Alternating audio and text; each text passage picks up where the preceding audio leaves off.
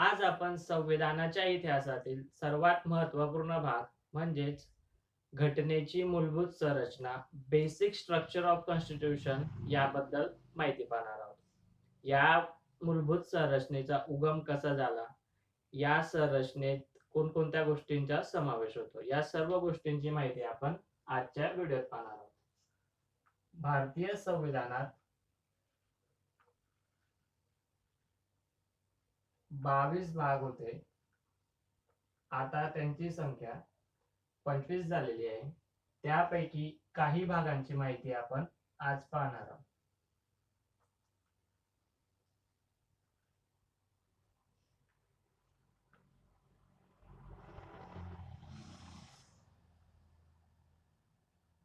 भाग 3,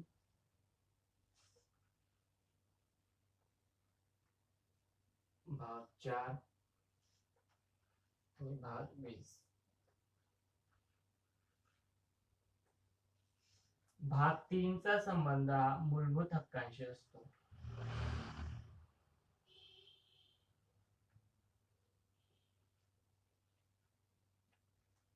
भाग 4 चा संबंध राज्य धोरणाचे मार्गदर्शक तत्वांशी असतो.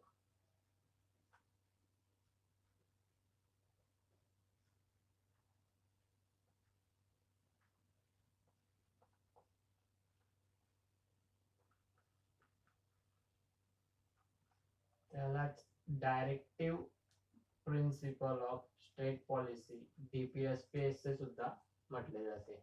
व भाग 20 चा संबंध घटना दुरुस्तीशी आहे.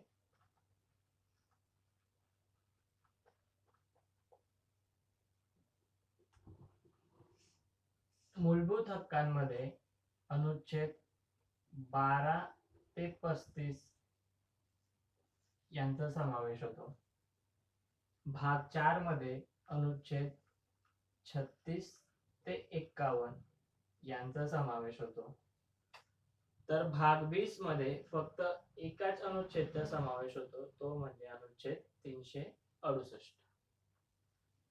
मूलभूत हक्क म्हणजे काय? मूलभूत हक्क हे राज्याने नागरिकांना दिलेले असतात. तर राज्याने नागरिकांना कोणकोणते मूलभूत हक्क दिलेले आहेत? समानतेचा हक्क, स्वातंत्र्याचा हक्क, धार्मिक स्वातंत्र्याचा हक्क, शैक्षणिक व सांस्कृतिक हक्क, मुक्तपणे संचार करण्याचे स्वातंत्र्य, भारतात कुठेही निवास करण्याचे स्वातंत्र्य, व्यापाराचे स्वातंत्र्य, या सर्व हक्कांचा समावेश मूलभूत हक्कात होत असतो. राज्य धोरणाच्या मार्गदर्शक तत्वांमध्ये राज्यांनी कसे असले पाहिजे, राज्यांनी लोककल्याणासाठी कोणते कार्य केले पाहिजे, या सर्व गोष्टींचा समावेश राज्य धोरणाच्या मार्गदर्शक तत्वात असतो. व अनुच्छेद 368 नुसार संसदेचे घटना दुरुस्तीचे अधिकार दिलेले आहेत.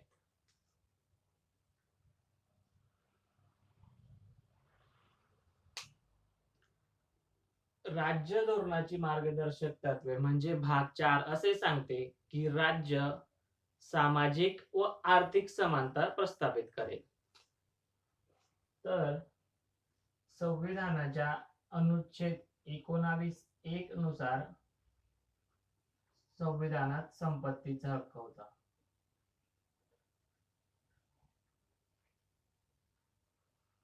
जो 44वी घटना दुरुस्ती 1978 नुसार रद्द करण्यात आला. संपत्तीचे हक्क म्हणजे काय? यामध्ये संपत्तीचे संपादन करणे, संपत्तीचे धारण करणे व तिची विक्री करणे, या सर्व गोष्टींचा समावेश संपत्तीच्या हक्कात होत असतो. एखाद्या व्यक्तीकडे संपत्ती असणे हा देखील त्या व्यक्तीचा मूलभूत हक्क होता. म्हणजेच श्रीमंतांकडे असलेली संपत्ती हा देखील त्यांचा मूलभूत हक्क होता. व दुसरीकडे राज्य धोरणाच्या मार्गदर्शक तत्वांमधील अनुच्छेद 39(b) व 39(c) असे सांगते की राज्य समाजातील वर्गांमध्ये आर्थिक समानता प्रस्थापित करेल, म्हणजेच श्रीमंत व गरीब यांच्यात आर्थिक समानता आणण्याचा प्रयत्न करेल. पण जोपर्यंत राज्य श्रीमंतांकडून काही संपत्ती काढून घेत नाही तोपर्यंत गरिबांना ती वाटेल कशी?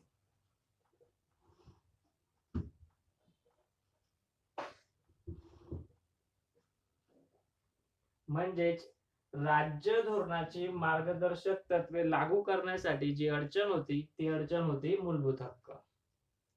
दुसरं उदाहरण बघितलं म्हणजे संविधानाच्या अनुच्छेद 14 व 15 नुसार देशात सर्व नागरिक समान असतील व त्यांच्यात कुठल्याही प्रकारचा भेदभाव केला जाणार नाही. पण राज्य धोरणाच्या मार्गदर्शक तत्वांमधील अनुच्छेद 46 नुसार राज्य SC, ST, other weaker section यांच्यासाठी विशेष तरतुदी करेल.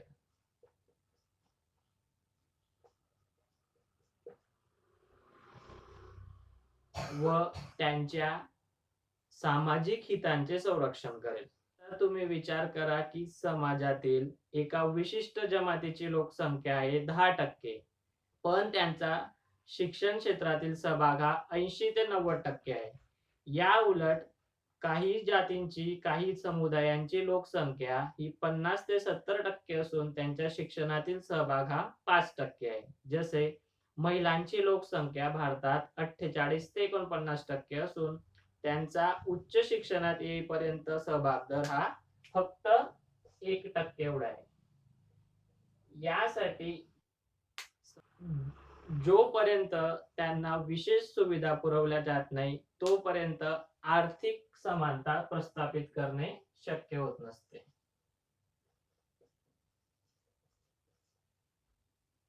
संविधानाच्या सुरुवातीला मूलभूत हक्क व राज्य धोरणाची मार्गदर्शक तत्वे यांच्यात विरोधाभास होता. पण जेव्हा संविधान लागू झाले त्यामुळे मूलभूत हक्क व राज्य धोरणाची मार्गदर्शक तत्वे यांच्यातील विरोधाभास समोर येणे सुरू झाले. यासाठी भारताच्या नीती निर्मात्यांनी काही तरतुदी करण्याचे ठरवले. जसे भूमी सुधार,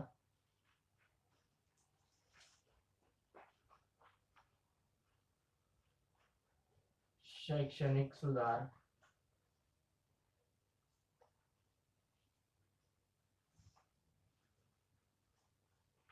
भूमी सुधार म्हणजे मुख्यतः जमीनदारी प्रथांचे निर्मूलन करणे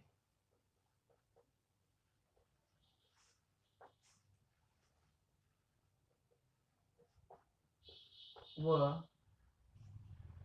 राज्य धोरणाच्या मार्गदर्शक तत्वातील अनुच्छेद 39B व 39C नुसार जर आर्थिक समानता प्रस्थापित करायची असेल तर एखाद्या व्यक्तीकडील काही संपत्ती वगळता बाकीची उर्वरित सर्व संपत्ती सरकारने किंवा राज्याने संपादित करून त्याचे वाटप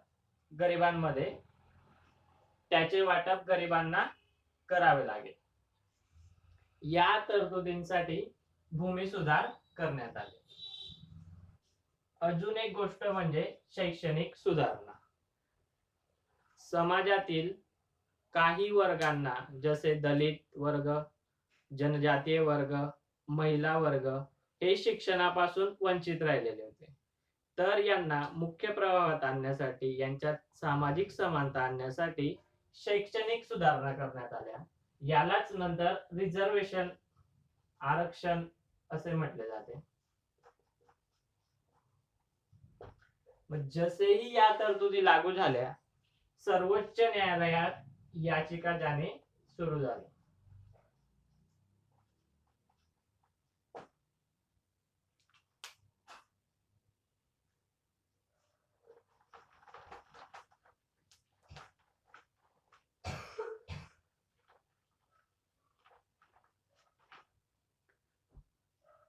तर सर्वोच्च न्यायालयात याचिका जाणे का सुरू झाले?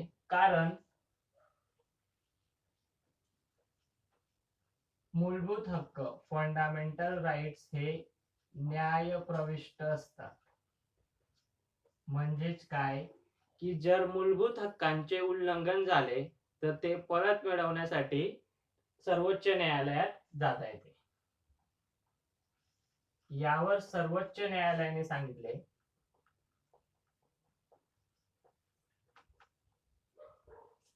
की संविधानाच्या अनुच्छेद 13 व 32 नुसार मूलभूत हक्कांचे संरक्षण करणे ही सर्वोच्च न्यायालयाची जबाबदारी व मार्गदर्शक तत्वांच्या अनुच्छेद 37 नुसार मार्गदर्शक तत्वे म्हणजे डीपीएसपी न्याय प्रविष्ट नाहीत. म्हणजेच डीपीएसपी चे उल्लंघन झाले तर सर्वोच्च न्यायालयात ते परत मिळवण्यासाठी जाता येत नाही. व सर्वोच्च न्यायालयाने हे स्पष्ट केले की जेव्हाही मूलभूत हक्क व डीपीएसपी यांच्यात वाद निर्माण होईल त्यावेळेस मूलभूत हक्कांना प्राधान्य दिले जाईल.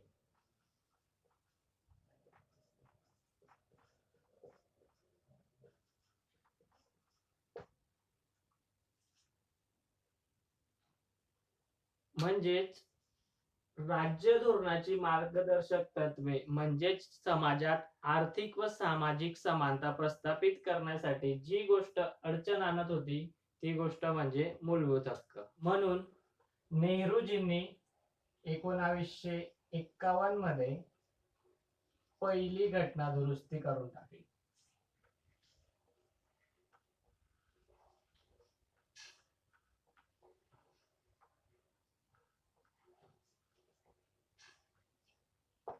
ज्यानुसार अनुच्छेद 31 मध्ये 2 क्लॉज जोडले.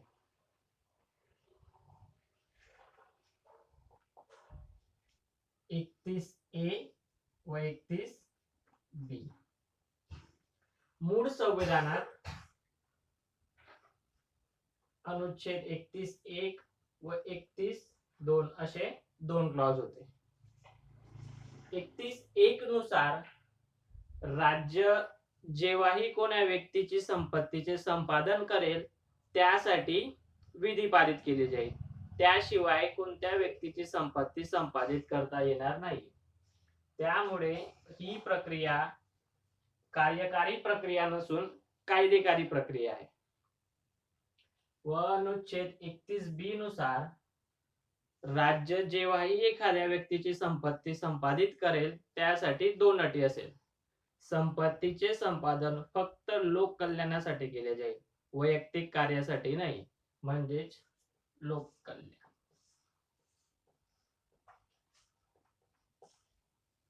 जसे रेल्वे ट्रॅक बांधायचा असेल, रस्त्यांची निर्मिती करायची असेल तर जमिनीचे किंवा संपत्तीचे संपादन करता येऊ शकते. असे नाही की मुख्यमंत्र्याला वाटले की आलिशान बंगला बांधावा म्हणून त्याने एखाद्याची संपत्ती हिसकावली तर असे करता येत नाही. दुसरी अट म्हणजे ज्या विधीद्वारे कोण्या व्यक्तीची संपत्ती संपादित केली जाईल त्याच विधीत असे नमूद केलेले असेल की त्याचा मोबदला काय असेल किंवा त्याला मोबदला किती दिला जाईल. म्हणून नेहरूजींनी पहिली घटना दुरुस्ती करून 31A व 31B 2 क्लॉज जोडले. 31A नुसार जर कोणताही कायदा भूमी सुधारसाठी करण्यात आला असेल तर त्यावर आर्टिकल 31 च्या बाकी मर्यादा लागू होणार नाही. म्हणजेच अनुच्छेद 31 नुसार मिळणारे संरक्षण या कायद्याला मिळणार नाही. या कायद्याच्या विरोधात अनुच्छेद 31A नुसार सर्वोच्च न्यायालयात किंवा उच्च न्यायालयात आव्हान देता येणार नाही. व 31B नुसार 9व्या परिशिष्टाचा समावेश करण्यात आला.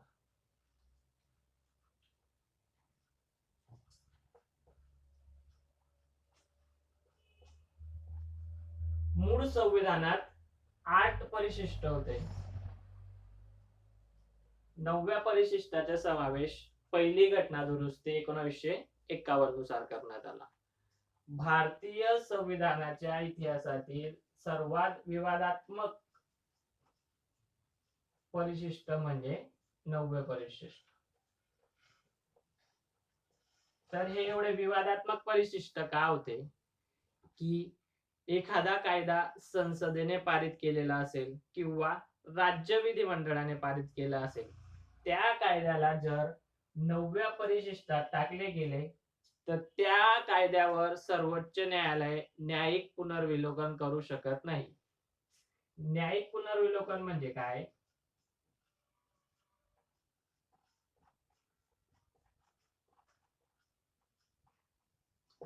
न्यायिक पुनर्विलोकन म्हणजे सर्वोच्च न्यायालय हे चेक करू शकते की संसदेने पारित केलेला कायदा किंवा राज्य विधानमंडळाने पारित केलेला कायदा हा योग्य आहे की नाही, व त्याचबरोबर तो कायदा करण्याची पद्धतीत जरी दोष असला तरी सर्वोच्च न्यायालय त्या कायद्याला अवैध किंवा घटनाबाह्य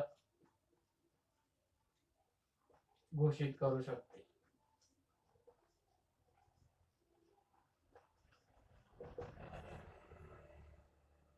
या घटना दुरुस्तीमुळे जमीनदार वर्गासमोर संकट निर्माण झाले.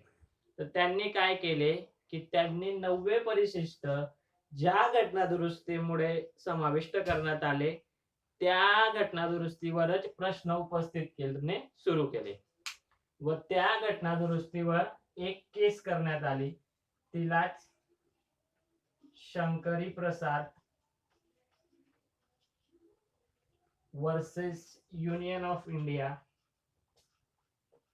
असे म्हटले जाते. 1951. या खटल्यामध्ये एका नवीन गोष्टीचा उलगडा झाला, तो म्हणजे अनुच्छेद 13 व अनुच्छेद 368 या दोन अनुच्छेद मधील संघर्ष. एकीकडे अनुच्छेद 13 असे सांगते की राज्य मूलभूत हक्कांमध्ये बदल करू शकत नाही. दुसरीकडे अनुच्छेद 368 असे सांगते की संसद घटनेच्या कोणत्याही तरतुदीत बदल करू शकते. यामुळे या दोन तरतुदीत संघर्ष निर्माण झाला. संविधानात अनुच्छेद 13 मध्ये 3 क्लॉज होते. अनुच्छेद 13(1) चा संबंध संविधान बनण्या आधीच्या कायद्यांशी होता. घटनाकारांची अशी इच्छा होती की संसदेने मूलभूत हक्कात बदल करू नये. 13(2) नुसार असे लिहिले की राज्य असा कोणताही कायदा करणार नाही ज्यामुळे मूलभूत हक्कांचे उल्लंघन होईल. जर असा कायदा केला तर त्या कायद्याला सर्वोच्च न्यायालय उल्लंघनाच्या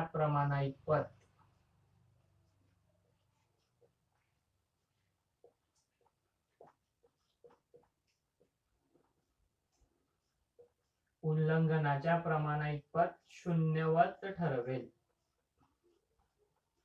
म्हणजेच उदाहरण, संसदेने किंवा राज्य विधिमंडळाने एक कायदा पारित केला X, त्याच्या तरतुदी होत्या 9.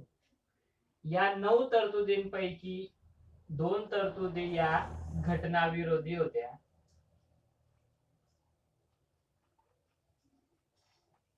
त्यामुळे सर्वोच्च न्यायालय पूर्ण कायदा रद्द न करता त्यातील उल्लंघन करणाऱ्या 2च तरतुदींना रद्द करू शकते. यालाच म्हणतात उल्लंघनाच्या प्रमाणाइतपत शून्यवत करणे.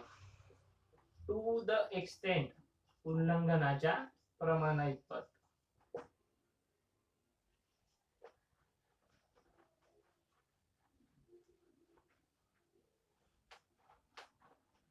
अनुच्छेद 13(2) नुसार राज्य असा कुठलाही कायदा करणार नाही की जो मूलभूत हक्कांचे उल्लंघन आहे. मग राज्य म्हणजे काय? राज्य या शब्दाची व्याख्या अनुच्छेद 12 नुसार दिलेली आहे व त्यामध्ये स्पष्ट केलेले आहे की राज्यात कोणकोणत्या गोष्टींचा समावेश होतो. तर राज्यामध्ये पुढील गोष्टींचा समावेश होतो: संसदेचा, राज्य विधिमंडळ,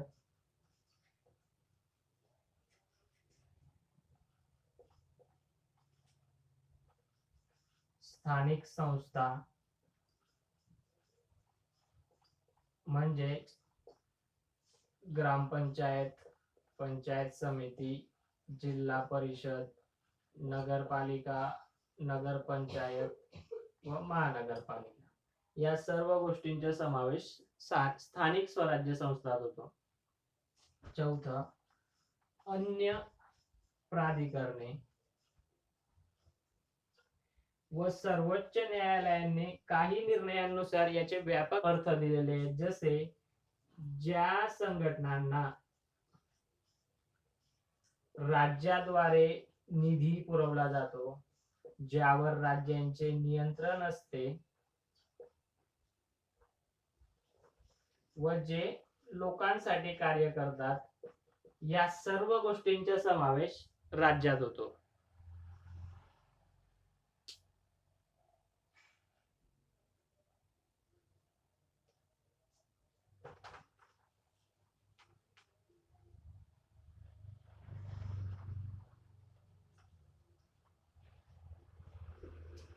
अनुच्छेद 13(3) नुसार कायदा या शब्दाची व्याख्या देण्यात आलेली. अनुच्छेद 13(3) नुसार कायदा या शब्दात कोणत्या गोष्टींचा समावेश होतो? संसदेने केलेले कायदे,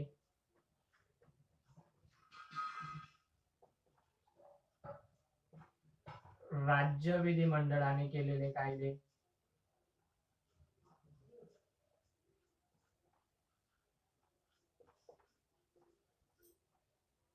सरकारने दिलेले आदेश,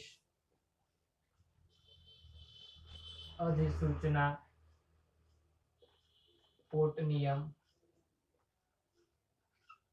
इतकेच नाही तर काही गैरविधिक सोर्स म्हणजेच अशा काही रूढी किंवा परंपरा ज्यांना कायद्याची शक्ती आहे.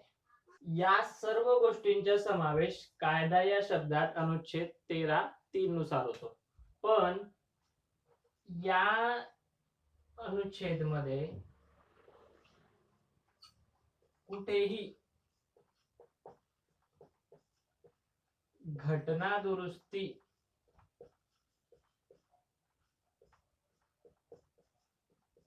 या शब्दाचा उल्लेख नाही. म्हणजेच अनुच्छेद 368 नुसार झालेल्या घटना दुरुस्तीचा संबंध 13(3) च्या कायदा या शब्दात नव्हता. मूळ संविधानात अनुच्छेद 368 मध्ये दोन क्लॉज होते, 368(1) व 368(2). 368(1) नुसार संसदेच्या घटना दुरुस्तीचा अधिकार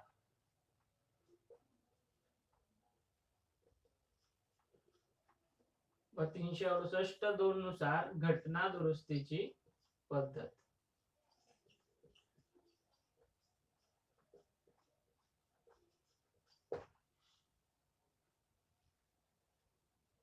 शंकरी प्रसाद खटल्यामध्ये त्यांच्या वकिलाने आर्ग्युमेंट केली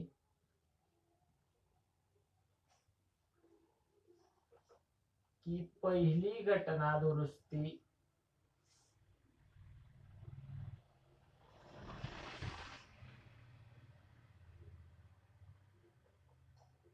अवैध आहे,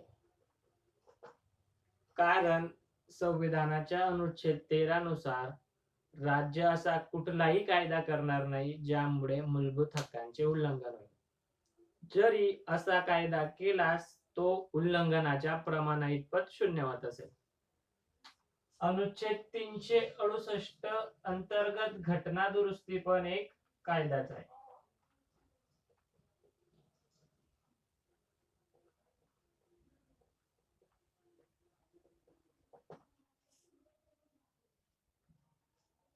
व असे म्हटले की अनुच्छेद 368 हा अनुच्छेद 13 अंतर्गत येतो व असे म्हटले की अनुच्छेद 368 हा अनुच्छेद 13च्या कक्षेत येतो किंवा त्याच्या हद्दीत असतो. यावर सरकारने आर्ग्युमेंट केली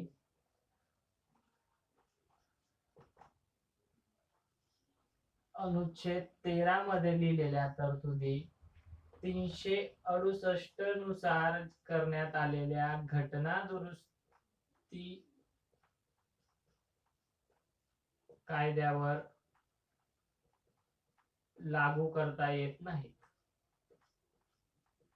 म्हणजेच अनुच्छेद 13 व अनुच्छेद 368 हे वेगवेगळे आहेत. शंकरी प्रसादच्या वकिलांचे म्हणणे होते की अनुच्छेद 13 अंतर्गतच 368 येते व सरकारचे म्हणणे होते की दोन्ही जरी कायदे असले तरी ते एकमेकांपासून वेगळे आहेत. यावर सर्वोच्च न्यायालयाने निर्णय दिला की अनुच्छेद 13 व अनुच्छेद 368 वेगवेगळे आहेत.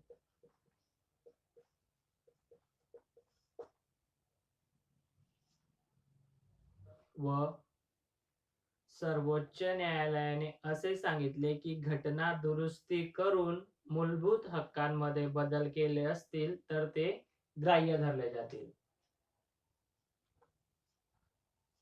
या खटल्यामध्ये सर्वोच्च न्यायालयाने निर्णय दिला का अनुच्छेद 13 व अनुच्छेद 368 वेगवेगळे असतील व मूलभूत हक्कांमध्ये बदल घटना दुरुस्ती करून जर करण्यात आला असेल तर तो ग्राह्य धरण्यात येईल. एक गोष्ट लक्षात ठेवा की ज्यावेळी संसदेकडे शक्ती जास्त असते त्यावेळेस सर्वोच्च न्यायालय कमजोर असतात. ज्यावेळी संसद कमजोर असते त्यावेळी सर्वोच्च न्यायालयाची शक्ती जास्त असते. किंवा एका पक्षाकडे बहुमत असले त्यावेळेस सर्वोच्च न्यायालय हे कमजोर असते व जेव्हा एका पक्षाकडे पूर्ण बहुमत नसले त्यावेळेस सर्वोच्च न्यायालय शक्तिशाली असते. या निर्णयात सर्वोच्च न्यायालयाने घटना दुरुस्ती करून मूलभूत हक्कात बदल करण्यास परवानगी दिली.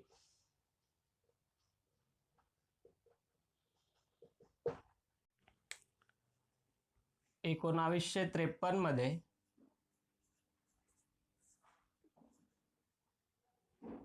पश्चिम बंगालमधील काही कायदे 9व्या परिशिष्टात टाकण्यात आले. 17वी घटना दुरुस्ती 1964 नुसार राजस्थान आणि पंजाब या दोन राज्यातील कायदे 9व्या परिशिष्टात टाकण्यात आले. त्यानंतर भारतीय संविधानाच्या इतिहासात एक वादळ निर्माण झाले ते म्हणजे गोलकनाथ खटला. गोलकनाथ खटला हा 17वी अमेंडमेंट 1964 या विरोधात करण्यात आला होता.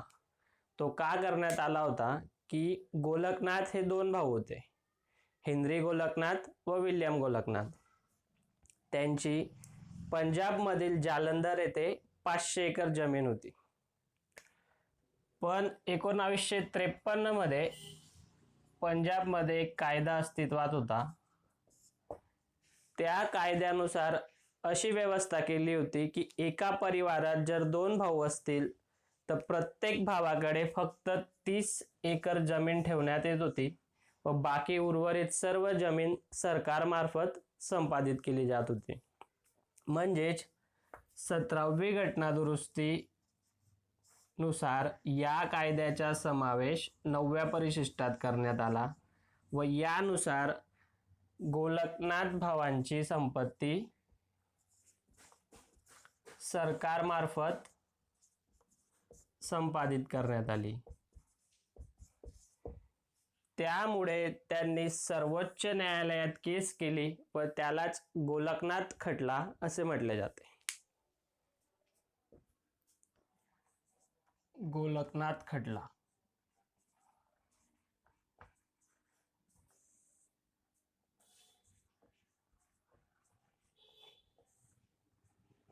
(1967) या खटल्यात आर्ग्युमेंट अशी करण्यात आली की संपत्तीचा हक्क का काढला जातोय.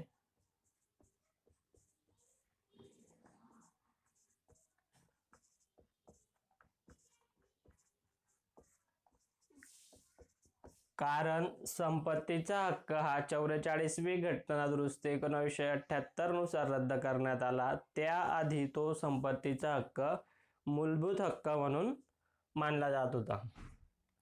तर गोलकनाथ खटल्यात पहिली आर्ग्युमेंट अशी करण्यात आली की संपत्तीचा हक्क का काढला जातोय व अनुच्छेद 368 अंतर्गत करण्यात येणारी घटना दुरुस्ती पण एक कायदाच आहे.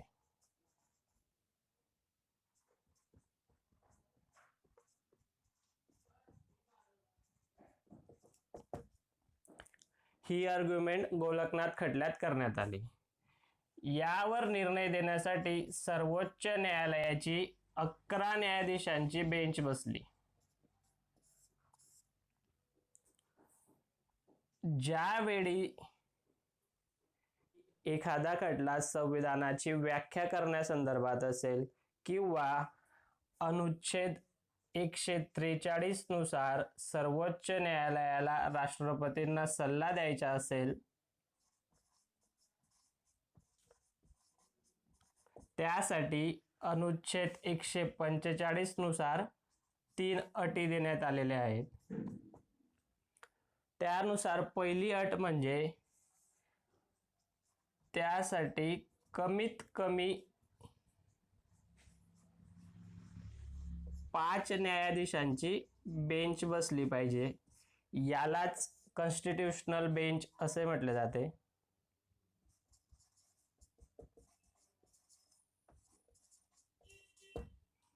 दुसरी अट अशी आहे की सर्वोच्च न्यायालयाने आधी दिलेला निर्णय बदलण्यासाठी त्या निर्णयात असणाऱ्या बेंचपेक्षा मोठी बेंच बसवावी लागेल. म्हणजेच सर्वोच्च न्यायालयाने आधी एक निर्णय दिला होता, त्या निर्णयात 5 न्यायाधीशांची बेंच बसली होती. जर सर्वोच्च न्यायालयाला तो निर्णय पलटवायचा असेल तर त्या निर्णयाला पलटवण्यासाठी 6 न्यायाधीशांची बेंच बसणे गरजेचे असते. त्याशिवाय तो निर्णय पलटला जाऊ शकत नाही. व तिसरी अट म्हणजे जी न्यायाधीशांची बेंच बसेल त्या बेंचच्या बहुमताने निर्णय घेण्यात येतो. या 3 अटींचा समावेश अनुच्छेद 145 अंतर्गत केलेला आहे.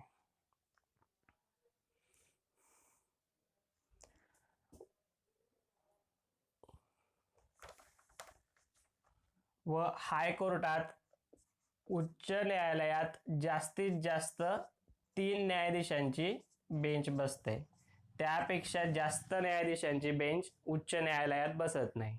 ज्यावेळी 2 न्यायाधीशांची बेंच उच्च न्यायालयात बसते त्याला डिव्हिजन बेंच असे म्हटले जाते.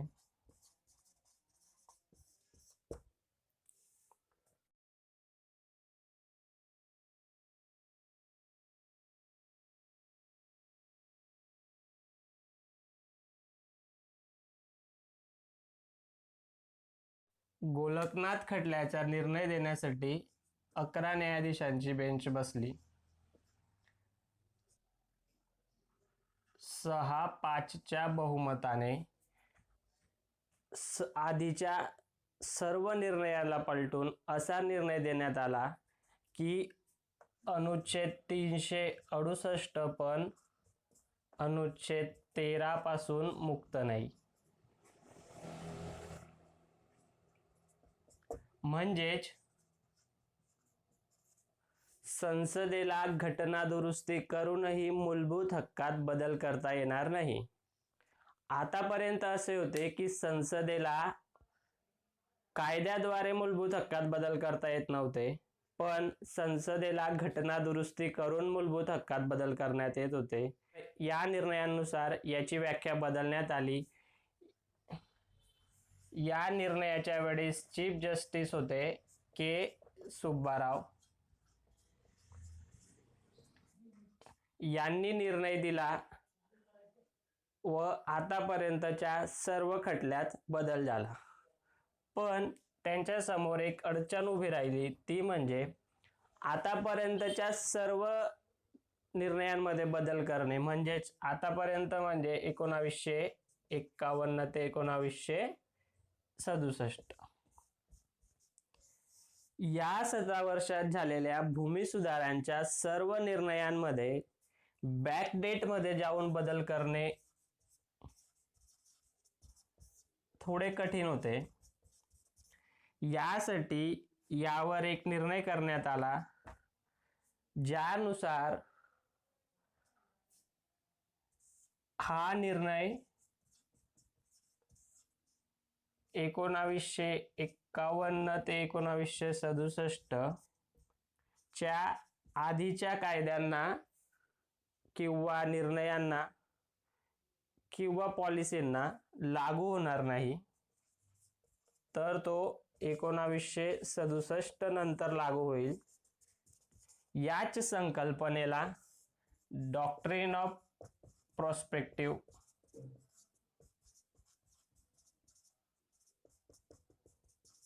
असे म्हटले जाते. म्हणजे कायदा बनण्याच्या आधी तो निर्णय लागू न होणे, तो निर्णय कायदा बनल्यानंतरच्या सर्व बाबींवर लागू होणे, यालाच म्हटले जाते डॉक्ट्रिन ऑफ प्रॉस्पेक्टिव्ह. आता संसदेसमोर संकट निर्माण झाली की संसदेला मूलभूत हक्कात बदल करता येत नाहीये. जर संसदेला मूलभूत हक्कात बदल करता येत नसेल तर संसद सामाजिक व आर्थिक न्याय कसा प्रस्थापित करेल, जमीनदारीचे उन्मूलन कसे करेल किंवा आर्थिक समानता, धनाचे समान वितरण कसे काय करेल,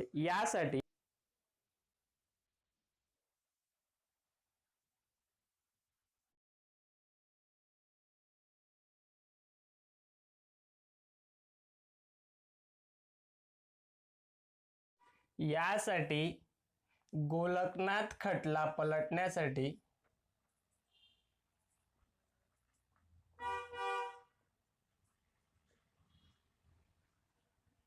24वी घटना दुरुस्ती करण्यात आली 1971 साली, ज्यानुसार 2 क्लॉज मध्ये बदल करण्यात आले, 13(4) व 368(3).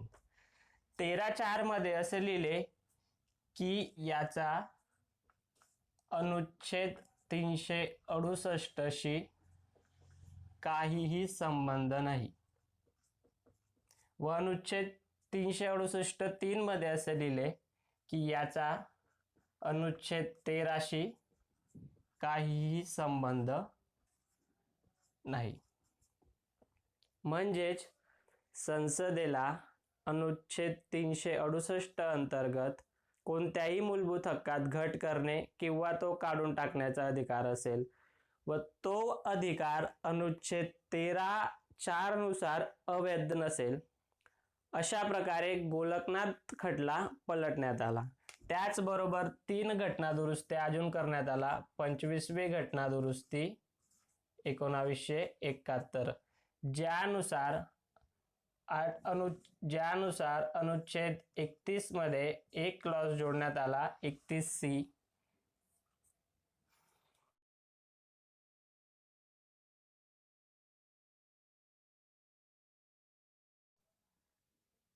अनुच्छेद 31C नुसार जर DPSP साठी राज्य धोरणाच्या मार्गदर्शक तत्वासाठी कायदा पारित करण्यात आला असेल,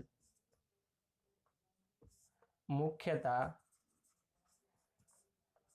39B व 39C संदर्भात, म्हणजेच आर्थिक समानता प्रस्थापित करण्यासाठी, तर त्या कायद्यावर अनुच्छेद 14, अनुच्छेद 19 व अनुच्छेद 31च्या आधारावर आव्हान देता येणार नाही. म्हणजेच जर संसदेने DPSP संदर्भात आर्थिक समानता प्रस्थापित करण्यासाठी एखादा कायदा पारित केला तर त्या कायद्याला अनुच्छेद 14 म्हणजे समानतेच्या आधारावर, अनुच्छेद 19 म्हणजे संपत्तीच्या आधारावर व अनुच्छेद 31 नुसार मोबदला या आधारावर आव्हान देता येणार नाही. व एक बदल अजून करण्यात आला, कॉम्पेन्सेशन हा शब्द वगळून त्याऐवजी अमाउंट शब्द टाकण्यात आला. मूळ संविधानात कॉम्पेन्सेशन या शब्दाचा उल्लेख होता. मोबदला ऐवजी रक्कम. रक्कम म्हणजे अशी किंमत की जी किंमत सरकार ठरवेल.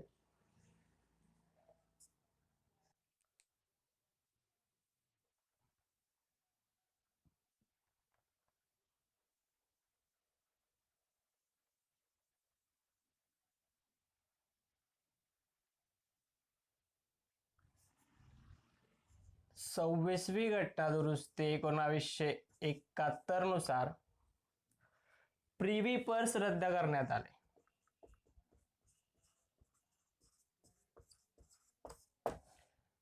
प्रिव्ही पर्स म्हणजे काय की सरकारच्या संचित निधीतून राजे रजवाडे यांना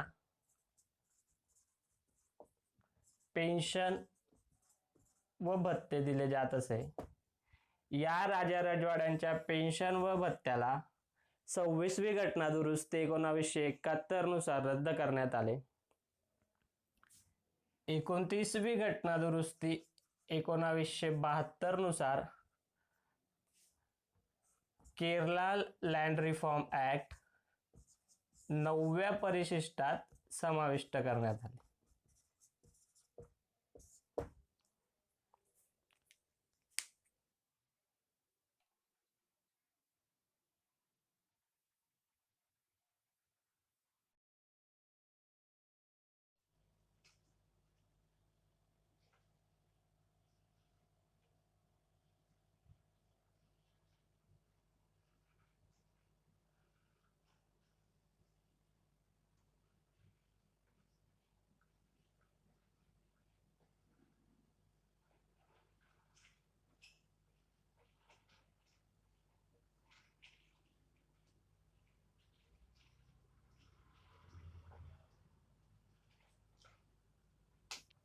केरळमध्ये शंकराचार्याचे एक पद होते.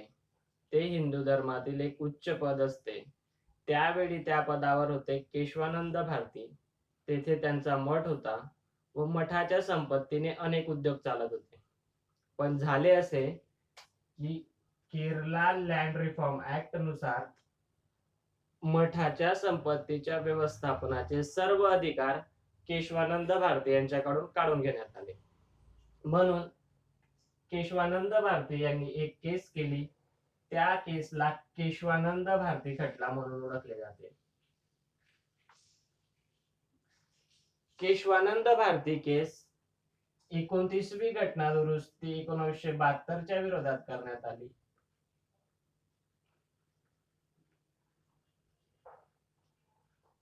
कारण या घटना दुरुस्तीने केरला लँड रिफॉर्म ऍक्टचा समावेश 9व्या परिशिष्टात करण्यात आला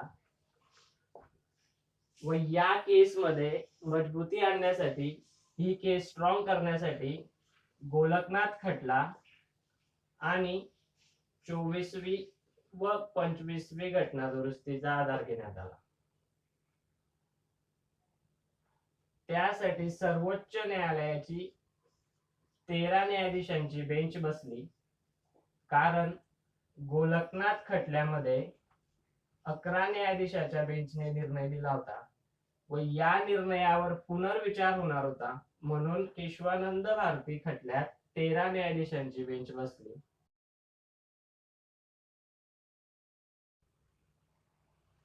या न्यायाधीशांनी यावर खूप चर्चा केली.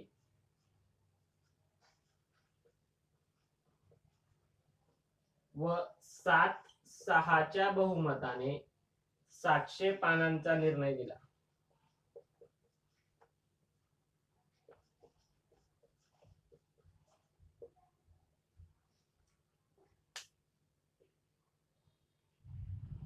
एकीकडे सर्वोच्च न्यायालयाला वाटत होते की हे तर बरोबर आहे की संसदेकडे घटना दुरुस्तीचे अधिकार आहेत, कारण मूलभूत हक्कांमुळे जर संसद योग्य प्रकारे काम करू शकत नसेल तर मूलभूत हक्कात घट करण्याचे अधिकार संसदेकडे असलेच पाहिजे. व दुसरीकडे भीती अशी होती की संसद घटनेचा अंत करू शकते किंवा अशा काही दुरुस्त्या करू शकते ज्यामुळे संविधानाचे महत्त्व कमी होईल.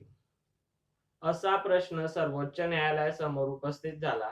त्यांनी अमेरिकेच्या बेसिक स्पिरिट ऑफ कॉन्स्टिट्यूशनचा अभ्यास केला आणि निर्णय दिला.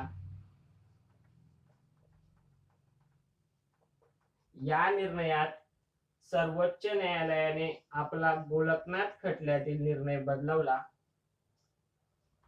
24व्या घटना दुरुस्तीची वैधता मान्य केली आणि संसदेला संविधानाच्या कोणत्याही तरतुदीत बदल करण्याचे अधिकार असल्याचे मान्य केले. इतकेच नाही तर संसद घटनेच्या प्रस्तावनेत सुद्धा बदल करू शकते हे मान्य करण्यात आले.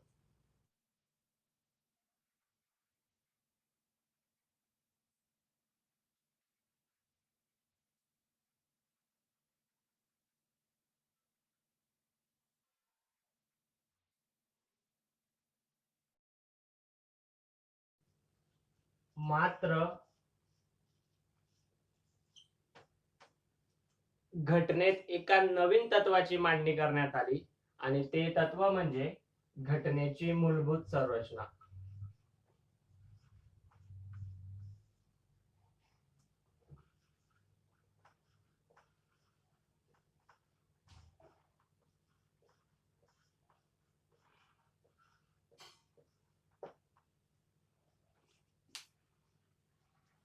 सर्वोच्च न्यायालयाने सांगितले की संविधानात दुरुस्ती करण्याचे अधिकार व संविधान बनवण्याचे अधिकार हे वेगवेगळे आहेत. संविधान बनवण्याचे अधिकार फक्त संविधान सभेकडे होते व भारताची संसद संविधान सभा नाही. संसद घटनेत फक्त दुरुस्ती करू शकते, घटनेचे पुनर्लेखन करू शकत नाही. त्यासाठी एक गोष्ट असते ती म्हणजे घटनेची मूलभूत संरचना. संसदेकडे कितीही बहुमत असले तरी संसद घटनेच्या मूलभूत संरचनेत बदल करू शकत नाही. व सर्वोच्च न्यायालयाने स्पष्ट केले की संसद घटनेच्या कोणत्याही तरतुदीत बदल करू शकते. अपवाद घटनेची मूलभूत संरचना, पण अशा प्रत्येक बदलाचे सर्वोच्च न्यायालय न्यायिक पुनर्विलोकन करू शकते.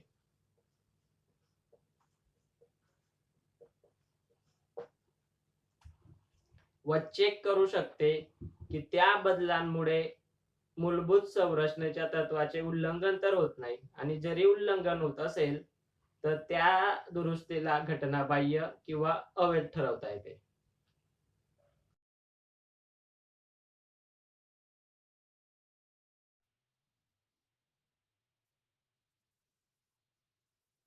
सर्वोच्च न्यायालयाच्या मूलभूत संरचनेच्या तत्वाला संसदेचा प्रतिसाद 42व्या घटना दुरुस्तीच्या स्वरूपात आला.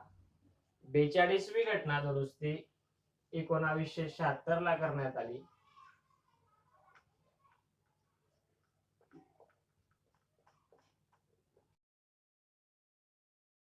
या घटना दुरुस्तीलाच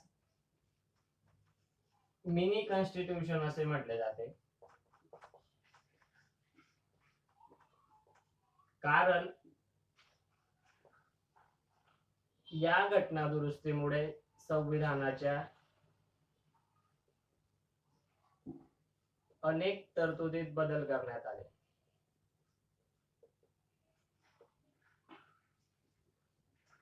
त्यापैकी एक बदल म्हणजे 42व्या घटना दुरुस्तीने अनुच्छेद 368(4) हे क्लॉज संविधानात जोडले व यात असे लिहिले की संसदेच्या संविधीय अधिकारावर कुठलीही मर्यादा नाही. संसदेने केलेल्या घटना दुरुस्तीवर कोणत्याही न्यायालयात कोणत्याही कारणावरून प्रश्नास्पद केले जाणार नाही आणि न्यायालयाच्या न्यायिक पुनर्विलोकनाचा अधिकार मर्यादित करण्याचा प्रयत्न करण्यात आला. सर्वोच्च न्यायालयाने या क्लॉजला 368(4) ला अवैध ठरवले व ज्या खटल्यामध्ये अवैध ठरवले तो खटला म्हणजे मिनर्वा मिल खटला 1980. याला अवैध ठरवले कारण सर्वोच्च न्यायालयाने सांगितले की न्यायिक पुनर्विलोकन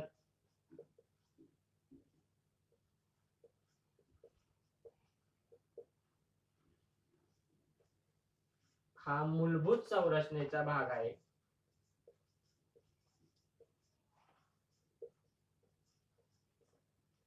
व मूलभूत संरचनेत संसद बदल करू शकत नाही किंवा त्याच्यात दुरुस्ती करू शकत नाही. म्हणून सर्वोच्च न्यायालयाने अनुच्छेद 368(4) या नवीन क्लॉजला रद्द केले.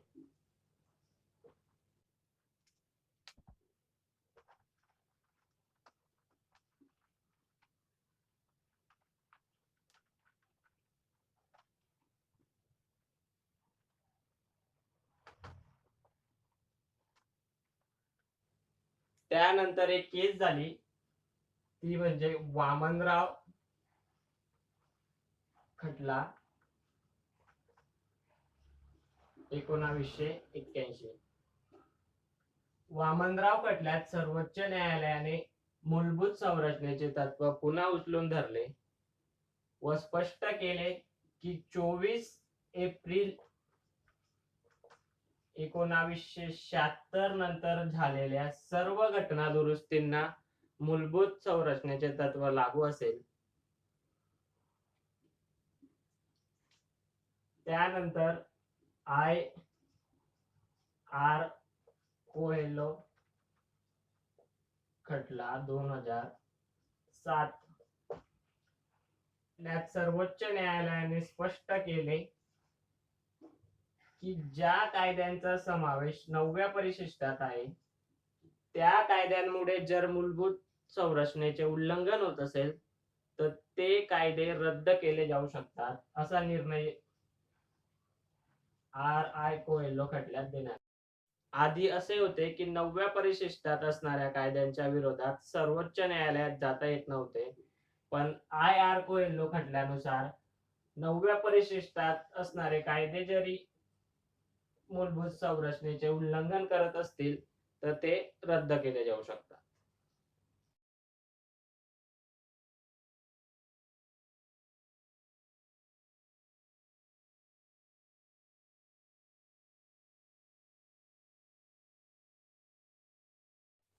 सर्वोच्च न्यायालयाने आपल्या खटल्यातील दिलेल्या निर्णयानंतर सध्या परिस्थिती अशी आहे की संसद 368 अंतर्गत कोणत्याही तरतुदीत दुरुस्ती करू शकते, मात्र मूलभूत संरचनेत बदल करू शकत नाही. सर्वोच्च न्यायालयाने आतापर्यंत हे स्पष्ट केलेले नाही की मूलभूत संरचनेत कोणकोणत्या गोष्टींचा समावेश होतो, पण सर्वोच्च न्यायालयाने दिलेल्या काही खटल्यांमधील निर्णयानुसार पुढील गोष्टींचा समावेश मूलभूत संरचनेत होतो.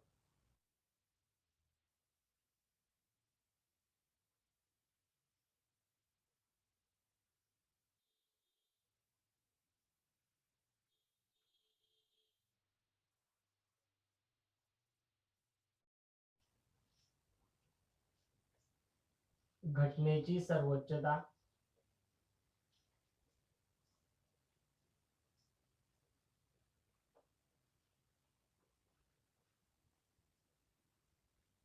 सार्वभौम लोकशाही व गणराज्याचे तत्व, धर्मनिरपेक्षता,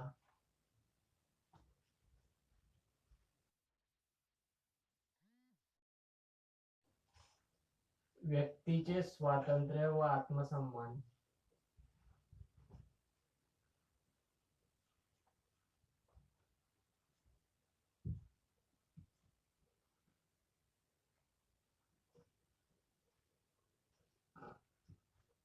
समानतेचे तत्व,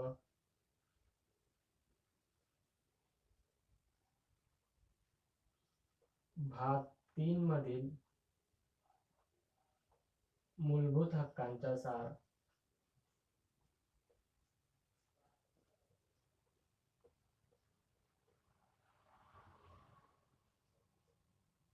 मूलभूत हक्क आणि मार्गदर्शक तत्वे यामधील संतुलन,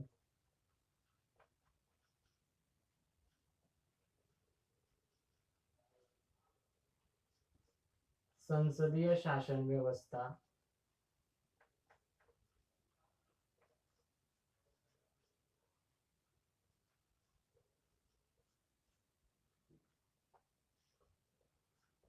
अधिकारांची विभागणी,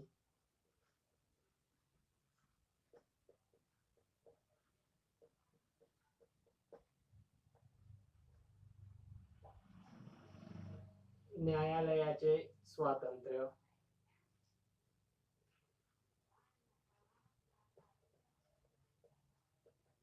मात्र घटनेच्या चौकटीत राहून न्यायालयाचे अधिकार,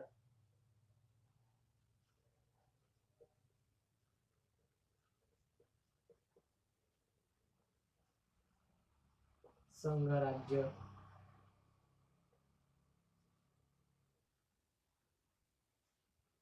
कायद्याचे राज्य,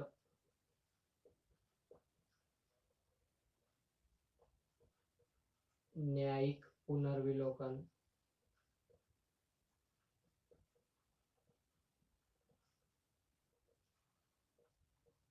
अनुच्छेद 368 ने दिलेले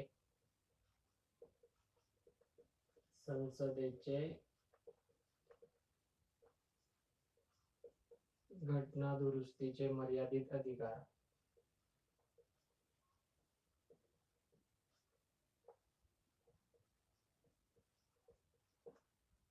या सर्व गोष्टींचा समावेश मूलभूत संरचनेत होतो व संसदेला मूलभूत संरचनेत बदल करता येत नाही. जर तुम्हाला हे व्हिडिओ आवडला असेल तर याला लाईक करा, सबस्क्राईब करा व तुमच्या मित्रांपर्यंत नक्की शेअर करा. धन्यवाद.